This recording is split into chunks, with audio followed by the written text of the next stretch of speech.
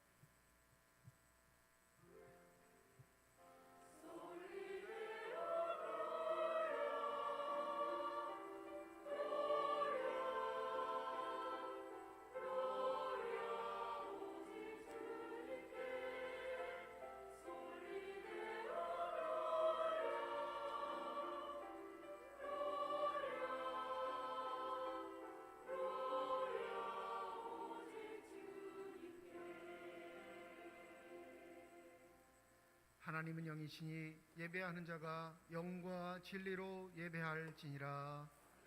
거룩하신 하나님, 우리를 불러주심에 감사함을 드립니다. 부름받은 자들로서 하나님 앞에 예배 드릴 때 주의 영을 충만케 하여 주셔서 먼저는 하나님 앞에 온전히 드리는 예배가 되게 하여 주시옵시고, 정직한 영으로 진실한 마음으로 하나님 앞에 집중할 때 주께서 주시는 기쁨과 평강이 넘칠 수 있는 거룩한 시간이 되게 하여 주시옵소서. 감사드리며 우리 주 예수 그리스도의 이름으로 기도드립니다. 아멘.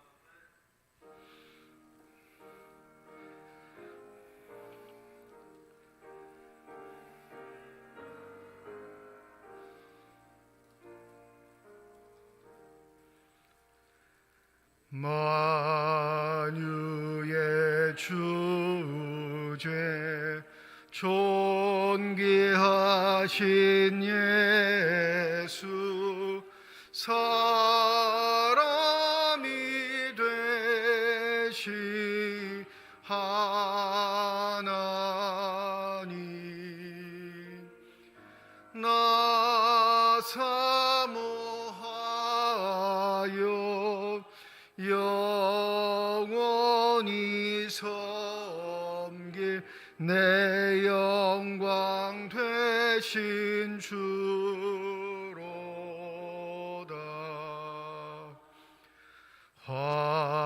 화려한 동산 무성한 저수목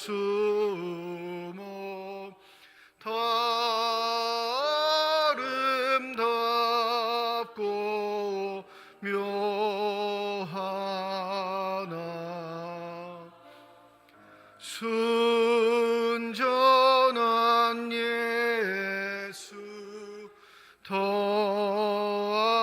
아름다워 봄 같은 기쁨 주시네. 광명한 해와 명랑한 저 달빛, 수많은 별들 빛나 주 예수 빛을 더 찬란하여 참 비교할 수 없도다. 아멘.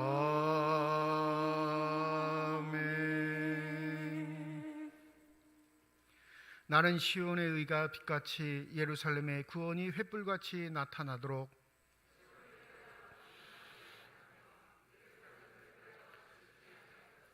이방 나라들이 내 공의를 뭇 왕이 다 내 영광을 볼 것이요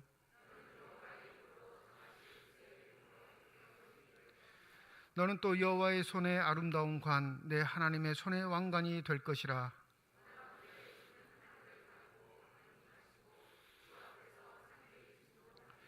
불이 섭슬 사르며 불이 물을 끓인 같게 하사 주의 원수들이 주의 이름을 알게 하시며 이방 나라들로 주 앞에 떨게 하옵소서.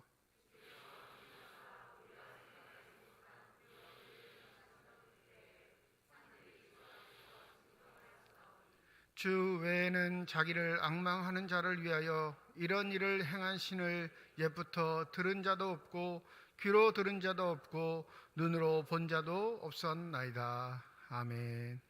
지난 한 주간 동안의 삶을 되돌아보며 주 앞에 참회의 기도를 드립니다.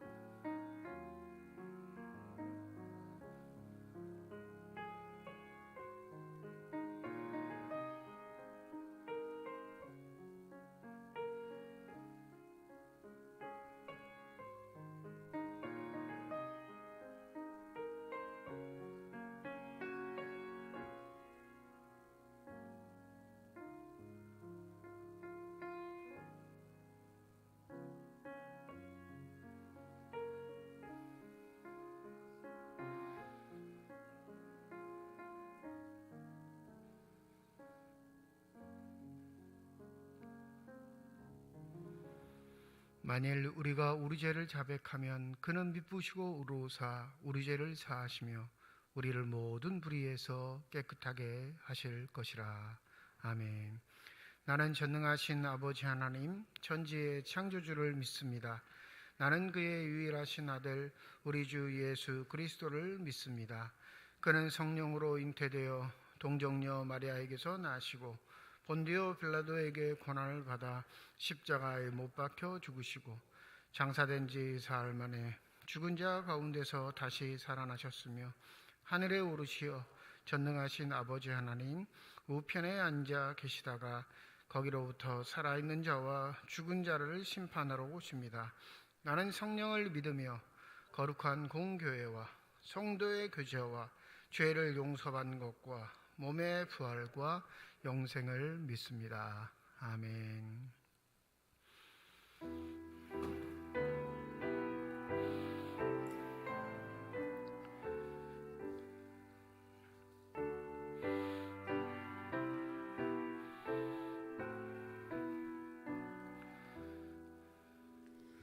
고도 서서 임마누엘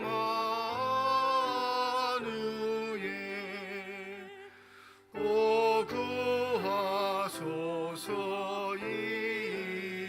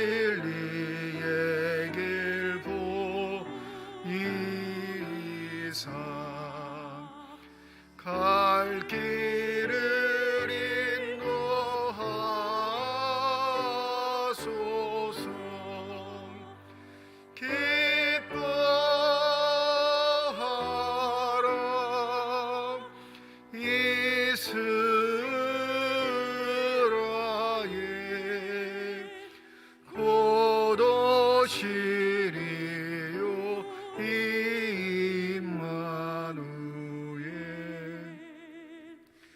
보도소서 소망의 주 백성 구함 이루어 시기와 분쟁 없애고 참 평화 채워주소서 기뻐하라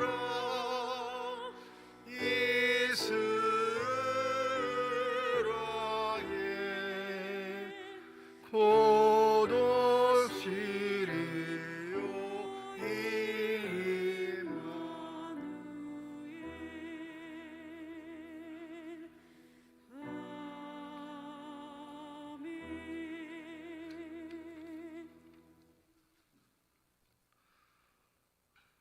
기도드리겠습니다. 구원의 길을 열어주신 하나님만을 경배하며 이 세상에 빛으로 오신 예수님을 찬양합니다. 저희의 삶을 인도하시고 지켜주신 하나님, 이 시간 저희를 세상과 죄의 자리에서 불러내주셔서 거룩한 주님의 전에 나와 찬양과 기도를 드리며 말씀 앞에 서게 하시니 감사드립니다. 이 시간 주님 오심과 다시 오실 때를 기다리는 마음으로 소망과 평화와 기쁨, 사랑의 촛불을 밝혀오니 저희가 드리는 예배를 기뻐 받아주시며 하나님께는 영광이 되고 저희 모두에게는 은혜가 되게 하여 주시옵소서. 저희 죄를 용서하여 주신 하나님 아버지, 주님은 저희를 위하여 이 땅에 오시고 기꺼이 주고 주실 정도로 사랑을 보이시며 저희 죄를 용서하셨지만 저희는 주님보다 세상과 나 자신을 너무도 사랑하였습니다. 마음과 뜻과 힘을 다하여 주님을 사랑하고 이웃을 내 몸과 같이 사랑하라 말씀하셨지만 내 주변의 형제와 이웃을 사랑하지 못하고 내게 잘못한 사람을 용서 못하였던 완악한 죄인임을 고백합니다. 저희들의 사랑 없고 용서 못하는 악한 모습들을 내어놓으며 회개하오니 주님 용서하여 주시옵소서. 다시금 주님이 보이신 사랑의 모습을 회복하며 주님 사랑과 이웃 사랑하는 마음을 품을 수 있도록 저희 마음을 지켜 주시옵소서. 은혜로우신 하나님 아버지, 지금까지도 베풀어 주시며 지켜 주시며 감사드립니다. 저희의 마음을 다해 영광을 드리오니 기쁘게 받아 주시옵소서. 주께서 맡기신 사명과 뜻을 온전히 잘 감당케 하게 하여 주시고 주님께서 기뻐하시는 자녀로 살아가기에 조금의 부족함도 없도록 저희 삶을 동행하시고 인도하여 주시옵소서. 긍휼의 주님, 코로나로 인하여 힘들게 지내고 있는 이 나라와 민족을 불쌍히 여겨주시고 긍휼을 베풀어 주시옵소서. 지금의 어렵고 힘든 상황을 주님이 주시는 지혜로 슬기롭게 잘 헤쳐나갈 수 있도록 도와주시옵소서. 이 나라를 위해서 세우신 위정자들도 붙들어 주시고 나라의 질서를 잘 세워가며 정직과 공의로 나라를 이끌 수 있도록 지혜도 허락하여 주시옵소서. 믿는 저희 성도들도 깨어 기도하며 모든 교회들이 나라와 민족을 향한 기도의 불씨가 끊이지 않고 이어지게 인도하여 주시옵소서. 교회를 사랑하시는 주님, 2022년도도 잘 정리하는 한 해가 될 수 있도록 도와주시옵소서. 한 해를 마무리하는 데 있어서 새로운 소망과 계획으로 세워나가게 도와주시옵소서.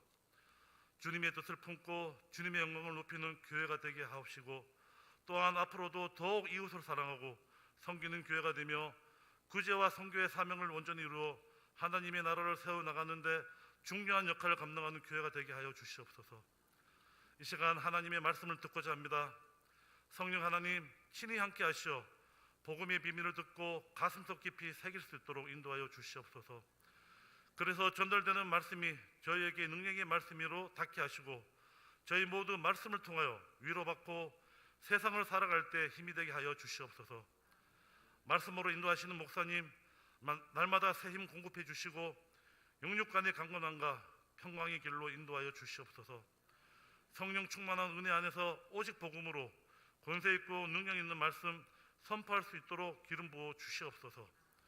안내와 찬양으로 주방 봉사 차량 교회 학교 교사 등 보이지 않는 곳에서 주님의 나라를 위하여 충성 봉사하는 모든 성도들을 눈동자처럼 지켜봐 주시옵고 가정과 일터와 삶 속에 주님의 축복이 넘쳐날 수 있도록 주님 함께하여 주시옵소서.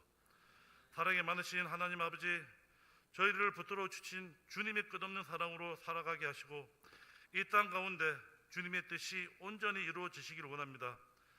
사랑으로 이 땅에 내려오실 주님을 기다리며 예수님의 이름으로 기도드렸습니다.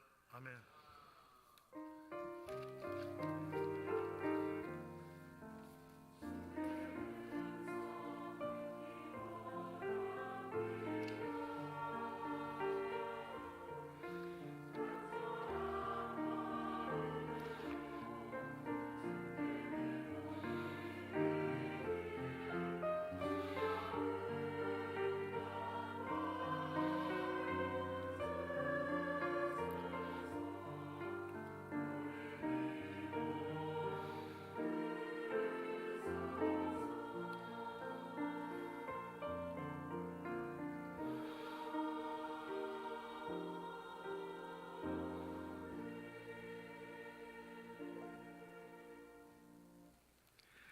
대강절 넷째 주일 우리에게 주신 하나님의 말씀입니다. 구약성경 이사야 7장 10절에서 16절까지의 말씀, 신약성경 마태복음 1장 18절에서 25절까지의 말씀입니다. 우리 다 함께 자리에 일어나 하나님의 말씀을 받겠습니다.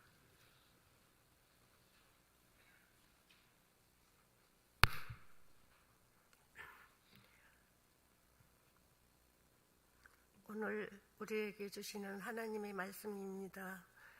여호와께서 또 아하스에게 말씀하여 이르시되 너는 내 하나님 여호와께 한 징조를 구하되 깊은 데에서든지 높은 데에서든지 구하라 하시니 아하스가 이르되 나는 구하지 아니하겠나이다. 나는 여호와를 시험하지 아니하겠나이다 한지라. 이사야가 이르되 다윗의 집이여 원하건대 들을지어다. 너희가 사람을 괴롭히고서 그것을 작은 일로 여겨 또 나의 하나님을 괴롭히려 하느냐. 그러므로 주께서 친히 징조를 너에게 주실 것이라. 보라, 처녀가 잉태하여 아들을 낳을 것이요 그의 이름을 임마누엘이라 하리라. 그가 악을 버리며 선을 택할 줄 알 때가 되면 엉긴 젖과 꿀을 먹을 것이라. 대저 이 아이가 악을 버리며 선을 택할 줄 알기 전에 내가 미워하는 두 왕의 땅이 황폐하게 되리라.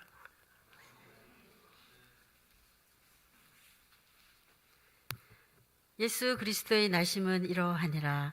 그의 어머니 마리아가 요셉과 약혼하고 동거하기 전에 성령으로 잉태된 것이 나타났더니 그의 남편 요셉은 의로운 사람이라 그를 드러내지 아니하고 가만히 끊고자 하여 이 일을 생각할 때 주의 사자가 현명하여 이르되 다윗의 자손 요셉아, 내 아내 마리아 데려오기를 무서워하지 말라. 그에게 잉태된 자는 성령으로 된 것이라. 아들을 낳으리니 이름을 예수라 하라. 이는 그가 자기 백성을 그들의 죄에서 구원할 자이심이라 하니라. 이 모든 일이 된 것은 주께서 선지자로 하신 말씀을 이루려 하심이니 이르시되 보라, 처녀가 잉태하여 아들을 낳을 것이요 그의 이름은 임마누엘이라 하리라 하셨으니 이를 번역한즉 하나님이 우리와 함께 계시다 함이라.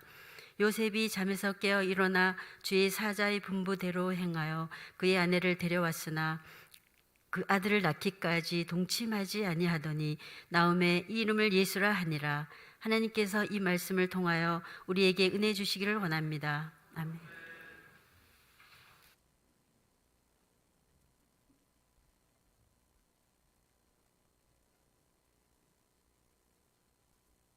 따라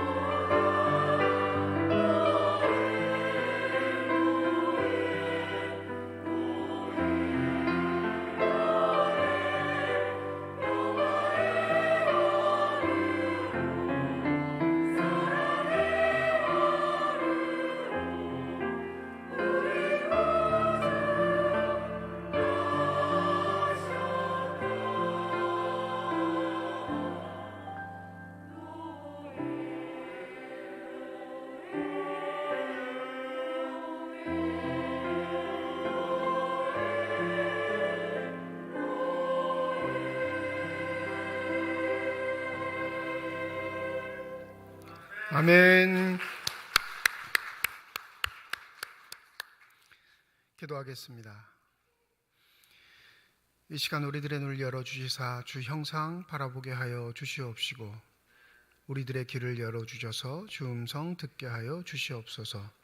닫혀진 우리의 심령의 문이 성령의 은혜 가운데 활짝 열려지게 하여 주셔서 하나님 아버지 마음속에 품고 계시는 기쁨과 평안과 만족이 넘치는 복된 시간이 되게 하여 주시옵소서. 감사드리며 우리 주 예수 그리스도의 이름으로 기도드립니다. 아멘. AD 70년 유대인들은 또 한 번 끔찍한 역사적인 경험을 하게 됩니다. 그건 뭐냐면 그들이 하나님이 계시는 집이라 여기는 예루살렘 성전이 초토화되었기 때문에 그렇습니다.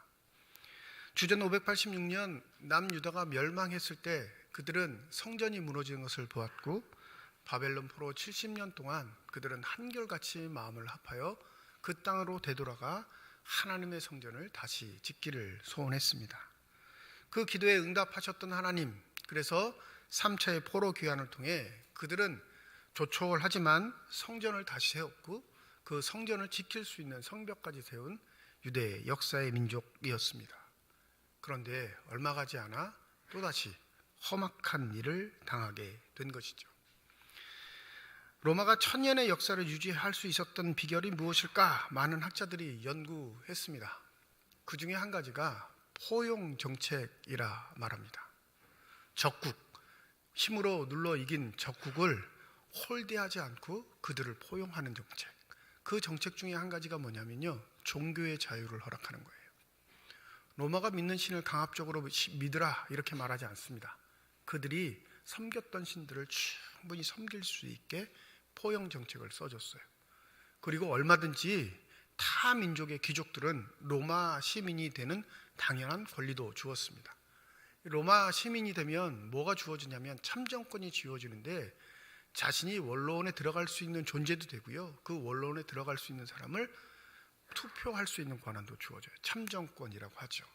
근데 로마는 그것을 타국의 귀족들 또 어느 정도 살 수 있을 만한 형편에 있는 사람들에겐 후히 베풀었습니다. 근데 한 가지 정책 중에 배신하는 민족, 반역하는 민족에게는 절대 양보가 없었습니다. 포용이 있는 만큼 그 포용 정책을 받아들이지 않고 배신하는 민족은 철두철미하게 짓밟았죠. 그래서 힘과 자유를 균형 있게 조화롭게 사용하였기에 로마는 1000년의 역사를 이룰 수 있었다. 학자들은 이렇게 말합니다. 이 예루살렘 성전이 무너진 건 바로 그 배반의 문제 때문이었습니다.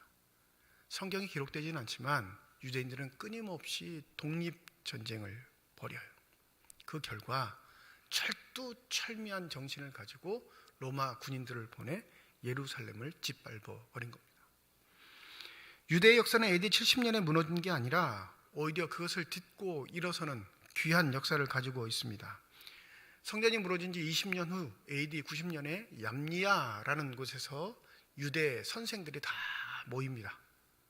유대 선생들이 모여서 앞으로의 우리의 신앙을 어떻게 할 것이냐, 우리가 우리 민족을 어떻게 지켜나갈 것이냐 다시 한번 고민하고 결론을 낸 게 뭐냐면 우리가 지금 알고 있는 39권의 성경을 결정한 겁니다. 이게 구약 성경이라 우리는 이렇게 말하지만 유대인은 뭐라고 해요? 그냥 정경이에요. 성경, 하나님이 주신 온전하신 말씀, 그 39권을 결정해요. 이제 우리의 삶은 이 성경을 기반으로, 이 말씀을 기반으로 해서 살아간다. 이것만이 하나님의 말씀이다 라고 결정하게 되죠. 나중에 250년이 지난 후에 교회가 세워진 이후에 가장 먼저 행한 게 뭐냐면 이 얌리아 회의에서 이 유대 선생들이 정했던 이 39권의 구약 성경을 고스란히 기독교의 정경으로 받아들이는 회의를 합니다. 그 이후에 27권의 신약 성경이 더해지게 된 거예요. 그런데 생각해 보세요. AD 90년이면 이미 교회가 이 땅에 자리를 잡았을 때입니다. 그리고 그 AD 90년의 연연 중에는 많은 신약 성경의 문서들이 기록되고 있었습니다. 마태 공동체도 바로 이런 배경적 기반으로 공동체가 설립되었을 겁니다. 구약의 39권이 정해졌고 유대인으로서는 당연히 그것이 율법이며 규정이고 하나님의 말씀이기에 그것만이 진리라고 믿고 살아가는 형국에 있어 기독교인들은 무엇을 가지고 살아가야 할 것이냐, 또 기독교인들은 무엇을 진리라고 여겨야 할 것이냐라는 대전제의 숙제가 남겨지게 된 거죠. 우리는 유대인이기도 하지만 그리스도인으로서 유대인과 다른 점이 무엇이 있겠는가, 이 고민을 안 할래야 안 할 수가 없는 거죠. 그래서 마태복음은 족보로 시작하는 거예요. 그래서 마태복음은 우리가 믿는 기독교의 진리가 무엇인지 족보를 통해서 보여주기 시작한 겁니다. 창세기는 하나님이 천지를 창조하셨다라는 그 신앙 고백으로 시작되죠. 근데 여러분, 창세기를 잘 살펴보면 어떤 구조를 갖고 있냐면 10개의 커다란 족보, 그것을 통해 세계가, 민족이 어떻게 이루어져 있는지를 아주 내밀하게 설명하고 있습니다. 그러니 유대인들이 갖고 있는 39권의 성경보다 예수 그리스도가 진리라고 믿는 기독교인들에게 그 족보를 능가하는, 그 계보를 능가하는 한 가지 족보가 있어야 할 텐데, 그게 마태는 뭐라고 하냐면 마태복음 1장에 기록되어 있는 예수 그리스도의 족보라, 이렇게 말하는 겁니다. 그래서 계보, 족보할 때 영어로 이걸 제네시스라고 표현해요. 아시죠? 제네시스? 자동차 이름. 영어 제네시스가 우리 한국말로는 창세기라고 번역된 겁니다. 태초에. 마태복음에도 이 족보를 기록할 때 이 제네시스라는 단어를 씁니다. 천지를 창조하셨던 유대인의 하나님, 그 하나님은 유대인의 하나님만 아니라 바로 예수 그리스도의 아버지시며 예수 그리스도를 이 땅에 보내신 우리의 하나님이 되신다. 그러니 창세기를 단절하는 게 아니라 창세기의 연속성을 가지고 신약성경 마태복음을 시작하고 있는 겁니다. 오늘 본문 말씀 마태복음 1장 18절부터 25절까지는 그 족보가 끝나자마자 다시 한번 부연 설명처럼 예수 그리스도의 태어나심은 이러합니다 라는 전제를 가지고 우리에게 다가오고 있는 성경 본문입니다. 여기서 한 가지 우리가 주목해야 할 건, 누가복음에는 예수가 잉태된 사실을 누구에게 이야기하죠? 산모인 마리아에게 이야기를 해요. 근데 마태복음은 마리아의 이야기가 없고 누구에게 집중하냐면 족보의 가장 끝자락을 장식하고 있는 요셉에게 다가가셔서 그의 마음을 감동시키는 이야기를 우리에게 전해주고 있습니다. 1장 16절에 보면 이렇게 기록합니다. 야곱은 마리아의 남편 요셉을 낳았으니 마리아에게서 그리스도라 칭하는 예수가 나시니라. 이 16절의 기록은 무언가 의구심을 품기에 큰 의구심을 품기에 딱 맞게 이 한 가지의 단어를 기록하지 않습니다. 그 위에 때까지는 다 뭐라고 하냐면, 아이를 낳은 건 누가 낳았다고 기록하냐면 남자가 낳았다고 기록해요. 유대의 족보는 여자의 이름을 들먹일 때도 누구의 부인, 누구의 아내, 누가 누구에게서 이렇게 기록하는데, 요셉, 딱 마지막 때 요셉에 왔을 때는 어떻게 기록해요? 요셉을 낳았는데, 그거 누가? 야곱이죠. 요셉의 아버지 야곱의 이야기고, 요셉의 이름은 딱 빼고 누구만 기록해요? 마리아에게서 그리스도라 칭하는 예수가 나시니라. 유대 전통을 갖고 있는 사람들에겐 이건 받아들일 수 없는 족보입니다. 왜 그러냐면 남편 없이 여자가 홀로 아이를 낳았다라는 말과 동일하거든요. 뿐만 아니라 이 족보를 인정할 수 없는 건 여기에 등장하는, 족보에 등장하는 여인이 대다수 이방인일 뿐만 아니라 품행이 방정하지 못하고,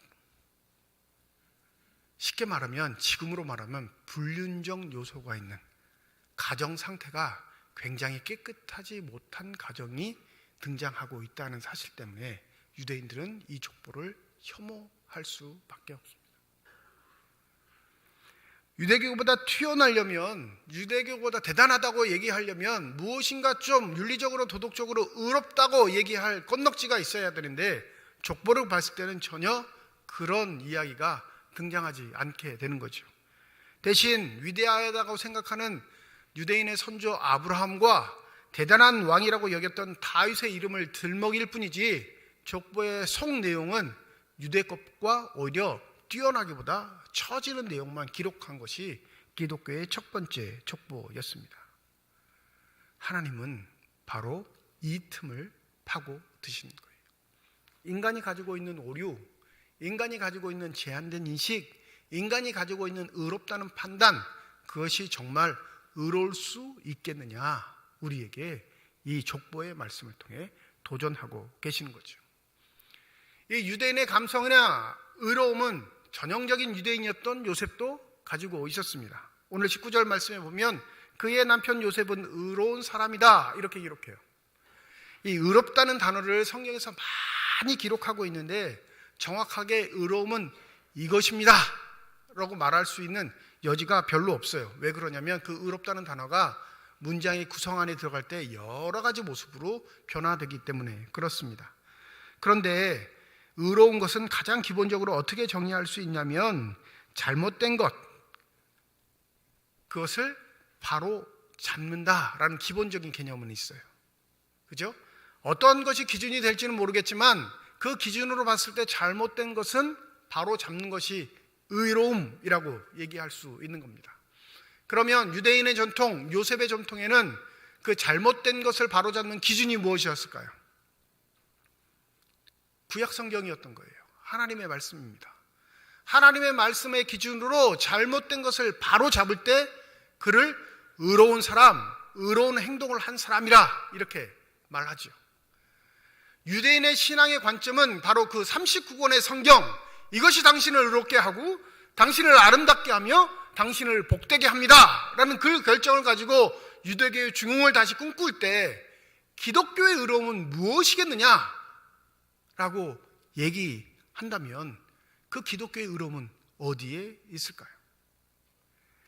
이 19절에 남편은 요셉은 의로운 사람이다 라고 말할 때 이는 어디에 국한된 의로움일까요? 율법, 그들이 갖고 있는 39권의 성경의 의로움에 잡혀 살아가는 자라는 것을 우리에게 강조하고 있는 겁니다. 한번 보세요. 19절입니다. 그를 드러내지 아니하고 가만히 끊고자 했다. 유대 율법에 의하면 이 정혼한 여인이 동침하지 않았는데 아이를 잉태케 되면 율법의 규정은 어떻게 되죠?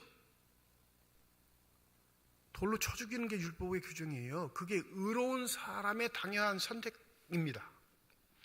물론 이때 당시 대부분의 초기 기독교를 연구했던 학자들이 예수 시대 당시에 부정한 일을 저질러 여인들을 돌로 쳐 죽이는 일은 거의 없었다 보고하지만 실제적으로는 율법을 온전하게 따르는 사람은 어떻게 해야 돼요? 그를 돌로 쳐 죽여야 합니다. 뿐만 아니라 이혼은 당연지사인 거예요. 그런데 율법의 기준으로 의롭게 살아가는 요셉은 어떤 결정을 내렸냐면 율법의 판단을 능가하는 결정을 내립니다. 조용히 이혼만 하기를 원했어요. 그런데 결과는 다르나요? 똑같나요? 돌로 쳐 죽이나 조용히 이혼을 하나 그 삶의 결과는 똑같을 뿐이에요. 갈라서는 겁니다. 단지 죽음을 보느냐 보지 않느냐의 차이일 뿐이죠. 어떻게 보면 죽음을 보지 않는 게 자신의 의로움을 더 나타내는 일일 수도 있어요. 내가 이렇게 괜찮은 남자야. 그런데 여러분 보세요. 요셉이 정확하게 율법의 기준을 지키지 않는다면 그는 의로운 사람일까요? 불의한 사람일까요?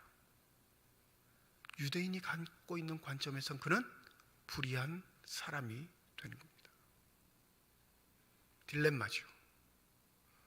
내가 갖고 있는 성향, 성품, 기질로 보면 이 여인을 수많은 밤을 지새면서 갈등하고 고민하다가 결국엔 조용히 갈라서는 게 낫겠다라는 그 결정, 자신 스스로의 성향과 기질을 따라 하는 게 아니라 그것을 누르고 눌러서 용서해야 한 그 결정이 결국엔 율법적 판단을 보면 자기는 어떤 사람이 되는 거예요? 불의한 사람이 되는 겁니다. 의로운 사람이 되려면 피를 봐야 해요. 끔찍한 결과를 봐야 합니다. 근데 그 율법적 판단이 자기를 얼마나 대단하게 만드는지 이 유대 사회는 잘 보여주고 있는 거예요. 여러분, 이 남편의 분노는 여자를 돌로 쳐 죽이면 풀릴까요? 안 풀릴까요? 그 끝내 분노가 다 삭히진 않겠지만 피를 본다는 건 내 분노를 어느 정도 해소한다는 거예요. 용서한다는 건요, 분노가 다 가신 다음에 용서하는 일이 있긴 하겠지만 대부분 사람은 그렇지 않아요. 그 분노를 삭히고 용서하는 척 할 때가 많습니다.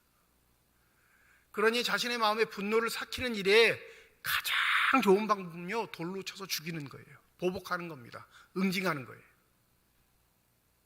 그 상대가 누가 되었든지 간에 나와 정혼한 여인, 결혼을 약속한 여인이 부정한 짓을 하여서 임신하게 된 것에 가장 정당한 응징은, 보복은 돌로 쳐 죽이는 건데, 요셉은 그것보다 한 단계 앞서 자신 스스로를 다스리고 가만히 끊고자 하는 결정을 내리게 된 것이죠.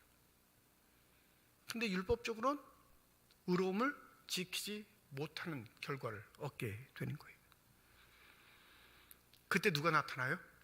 오늘 20절 말씀에 보면 하나님이 보내신 주의 사자가 등장합니다.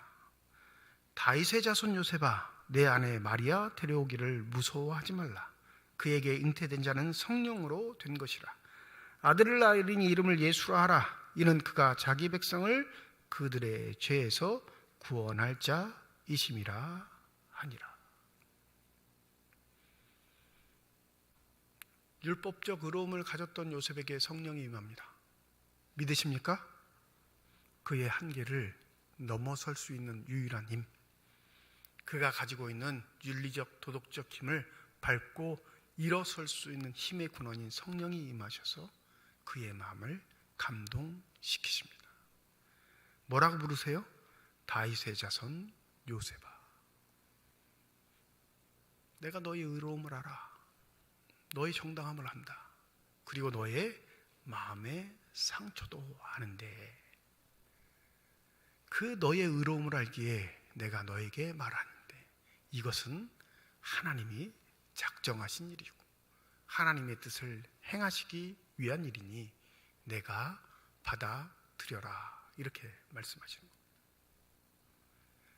그리고 그 아이는 너희들이 그렇게 바랬던 정치적인 자유를 주는 메시아가 아닌 내 삶의 자리에서 내가 끊임없이 해결할 수 없는 죄의 문제를 영원히 해결하실 하나님의 아들 그리스도가 너를 통해 나오게 될 것이다 말씀하십니다.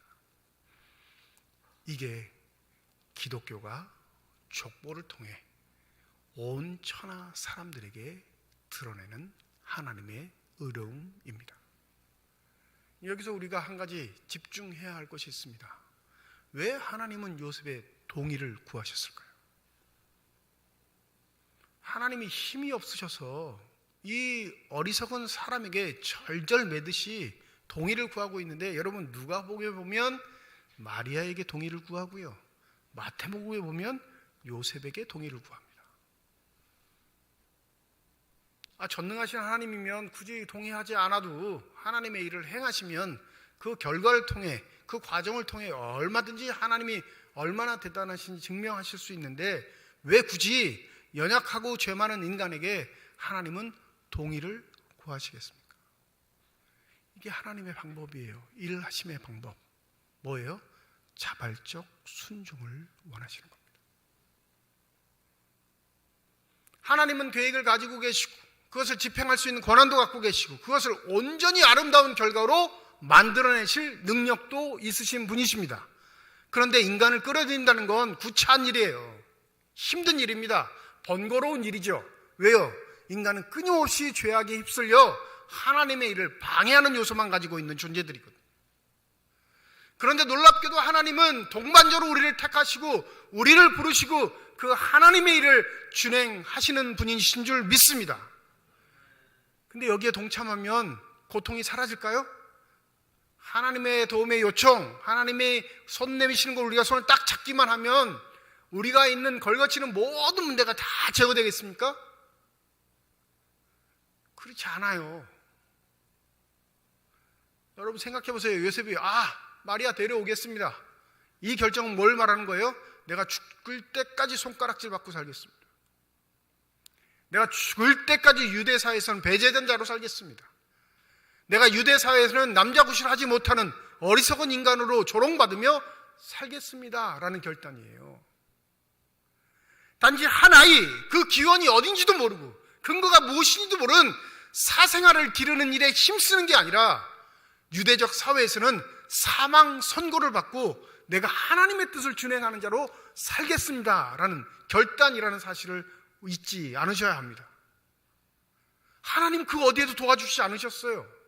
여러분 보세요. 왜 베들레헴을 떠나서 나사렛에 가서 살았을까요?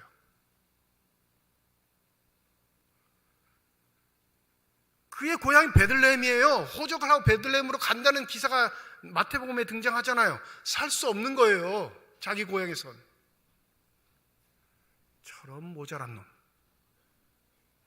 저런 근본도 없이 사는 놈, 여자가 어떤 존재인지도 모르고 데리고 사는 놈, 죽을 때까지 그 얘기 듣고 살아야 돼요. 그러니 그가 할 수 있는 일은 고향을 떠난 일입니다. 그게 가족을 위한 전부예요. 그리고 자기를 위한 일입니다. 하나님의 손을 잡고 순종했더니 나에게 평평한 대로 꽃길이 열리는 게 아니라 끊임없이 내 스스로의 삶에 옥죄고 오는 여러 가지 곤란을 당하는 일은 끊이지 않습니다. 하나님 뭐라 하시죠? 내가 너와 함께한다. 그게 임마누엘의 신앙이에요. 그게 초대 기독교인들에게 주는 하나님의 음성입니다. 유대인들이 근본이 없다 너희들 조롱하지. 유대인들이 가지고 있는 그 어마어마한 39권의 성령을 통해 너희들은 아무것이 아니다 조롱하지. 그러지 마. 낭망하지 마. 힘들어하지 마. 그리스도가 너희들 때문에 이 땅에 오셨어. 믿으십니까? 그것을 소망으로 품고 사는 사람들이 예수의 태어나심을 기다리는 사람들인 줄 믿습니다. 하나님이 우리에게 정중하게 요구하세요. 너희들도 요셉처럼 순종하길 원하느냐? 이건 우리의 삶이 끝날 때까지 끊임없이 성령을 통해 우리에게 제시하시는 하나님의 음성인 줄 믿습니다. 어떤 사람이 이거 계속 물리쳐요. 그리고 자기는 기독교인이라 자랑하며 삽니다. 하나님의 영역, 신비의 영역, 신앙의 신비는 전혀 깨닫지 못하고 계속 물리치면서 자기의 의로만 사는 사람들이 있어요. 교회에서 그런 사람들 많이 만납니다.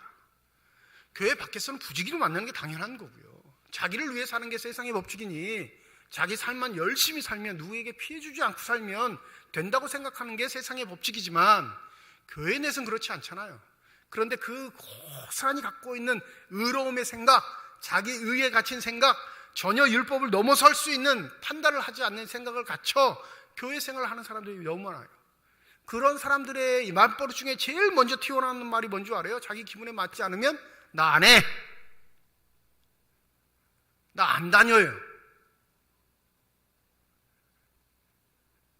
아니 어떻게 믿음의 사람의 입에서 그런 말이 나오죠? 성령을 우리에게 주심은, 그 하나님의 아들을 구원자로 우리에게 주심은 우리의 한계를 극복하신 하나님의 능력을 우리의 삶을 통해 보여주셨다는 증거인 줄 믿습니다.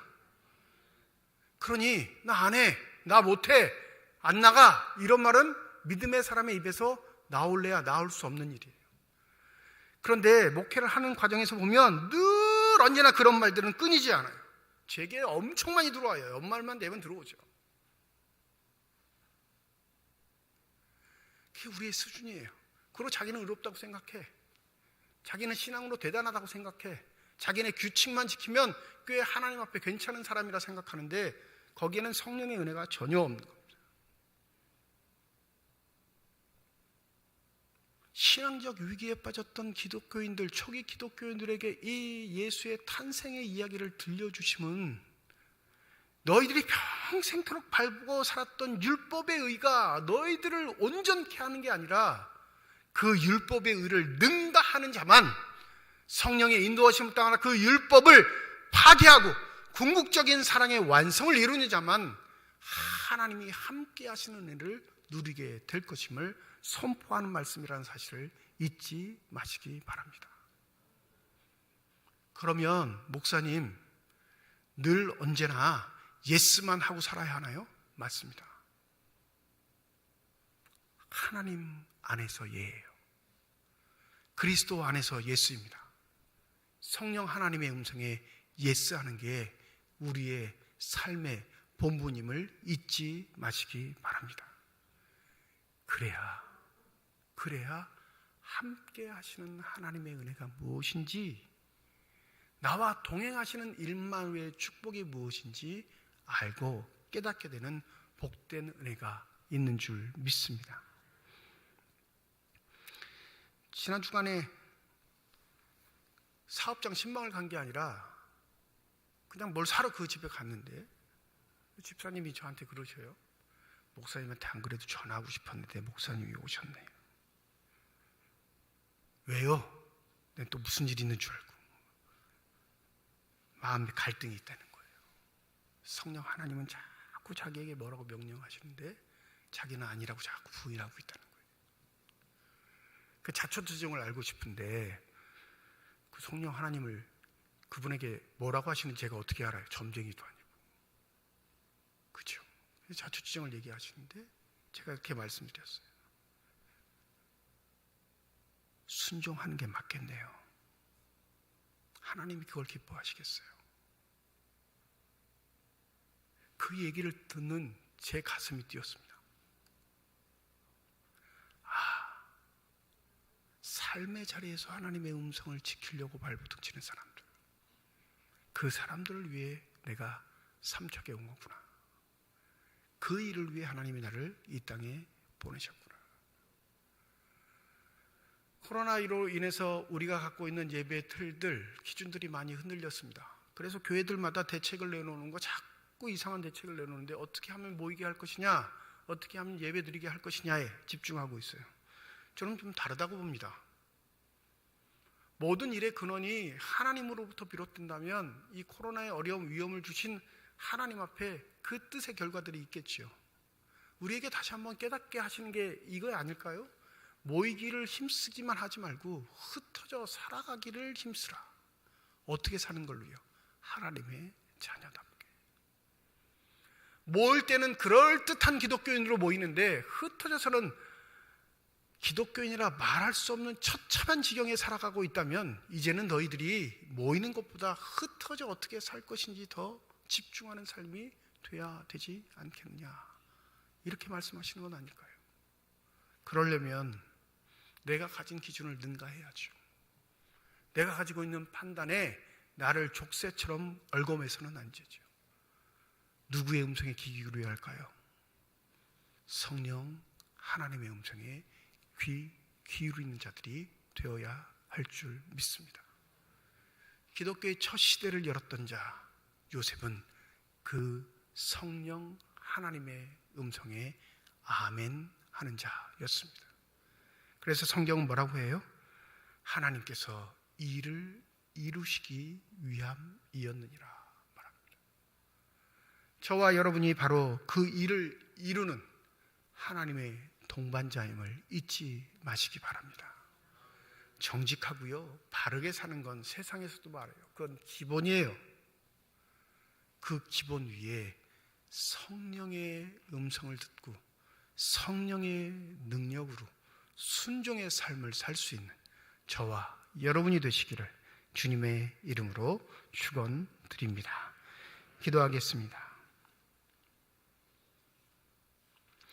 이에 예수께서 제자들에게 이르시되 누구든지 나를 따라오려거든 자기를 부인하고 자기 십자가를 지고 나를 따를 것이니라.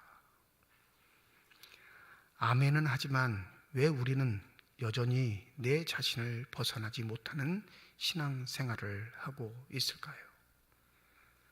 예수의 아버지였던 요셉, 그에게 던져진 그 의문과 같은 숙제와 같은 곤란한 일들 속에 그는 아멘으로 순종하여 예수의 아버지가 되었습니다. 주님, 주의 분부대로 명령대로 사는 것이 우리 영혼의 기쁨이며 아름다운 일임을 잊지 않게 하여 주셔서 우리의 육신적 소양이 아니라 영적인 삶의 질서들로 우리의 삶을 이루어갈 수 있는 복된 사람들이 되게 하여 주시옵소서. 감사드리며 우리 주 예수 그리스도의 이름으로 기도드립니다. 아멘.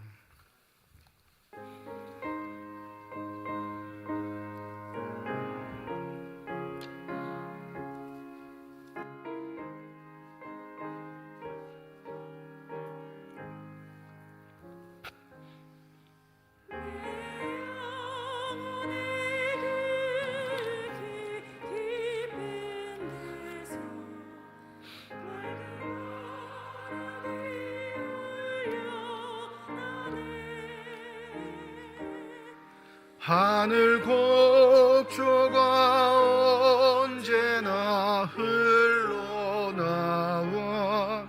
내 영혼을 거의 싸네. 평화 평화로다 하늘 위에서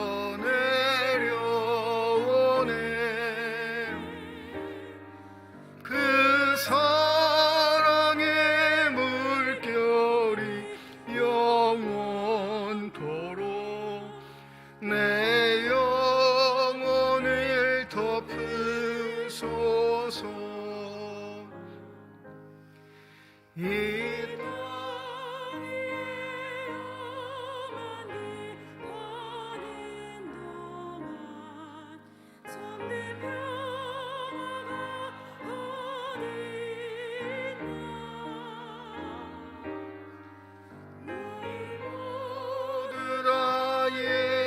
예수를 친구 삼아 참 평화를 누리겠네. 평화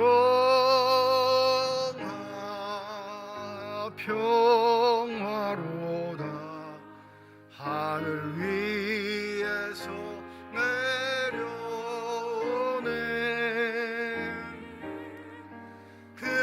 사랑의 물결이 영원토록 내 영혼을 덮으소서.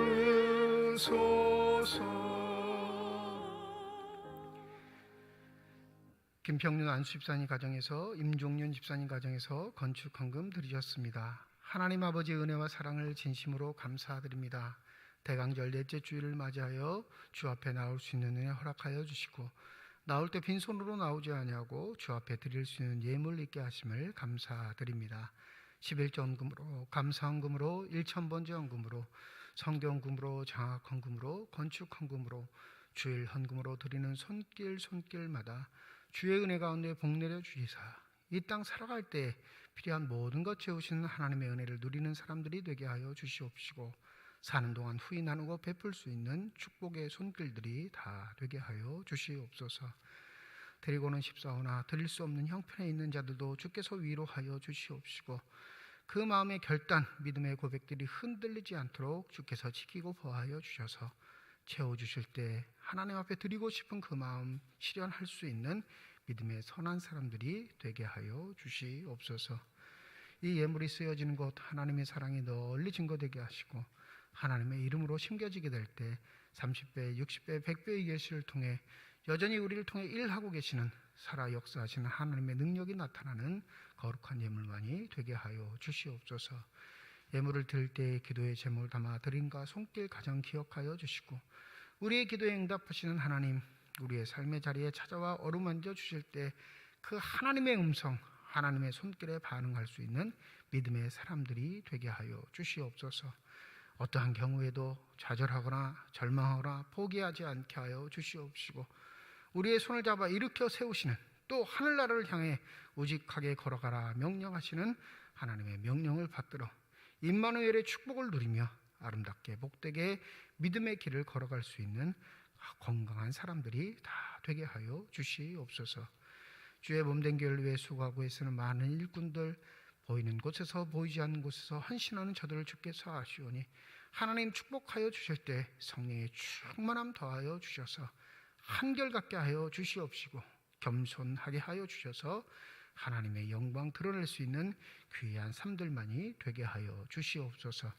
찬양을 통해 영광 돌린 임마누엘 찬양대 기억하여 주시고, 지휘자 반주자 대원 한 사람 한 사람을 축복하여 주실 때 저희들의 삶을 통해 하나님께 찬양드리며 영광 돌리는 삶이 되게 하실 뿐만 아니라 하나님의 기쁨과 자랑이 되는 복된 해가 있게 하여 주시옵소서.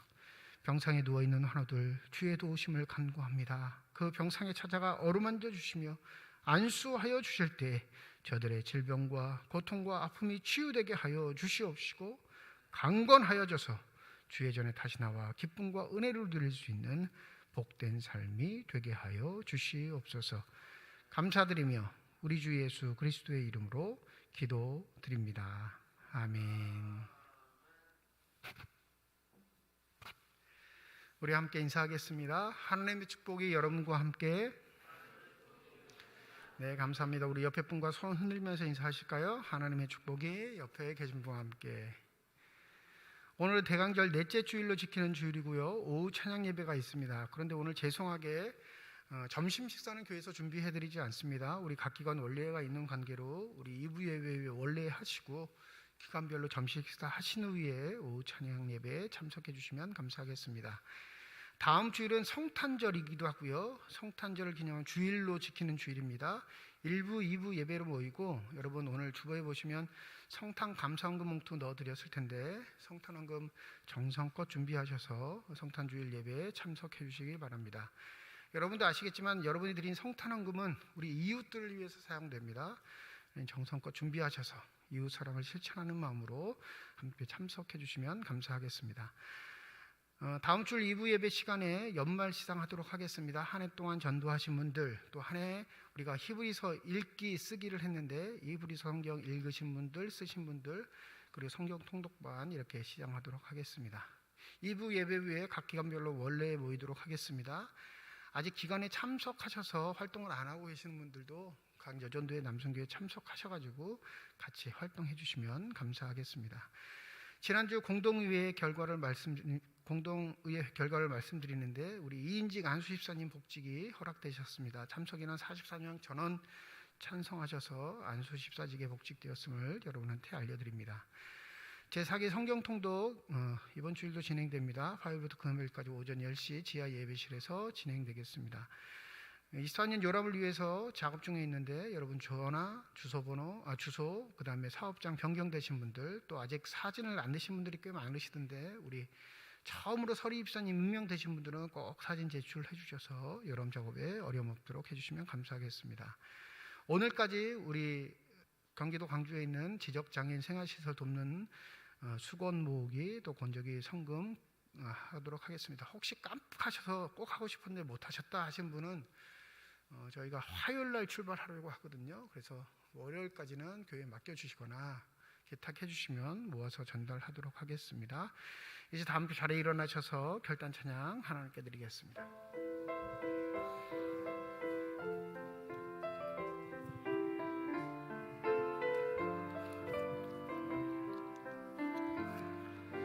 주님 다시 오실 때까지 나는 이 길을 가리라. 좁은 문 좁은 길 나의 십자가 지고 나의 가는 이 길 끝에서 나는 주님을 보리라. 영광에 내 주님 나를 맞아 주시리. 주님 다시 오실 때까지 나는 일어나 달려가리라. 주의 영광 온 땅 덮을 때 나는 일어나 노래하리. 내 사모하는 주님 온 세상 부주시라. 내 사모하는 주님 영광의 왕이시라. 내 사모하는 주님 온 세상 부주시라. 내 사모하는 주님 영광의 왕이시라. 이제는 우리 주 예수 그리스도의 은혜와 하나님의 사랑과 성령의 교통하시고 내주하시고 역사하시고 충만하심이 하나님의 일을 이루기 위하여 우리를 부르셨음을 고백하고 순종하고 결단하는 주의 자녀들, 이들의 가정과 일터와 앞길 위에 이제로부터 영원토록 함께 하시기를 간절히 축원하옵나이다. 아멘.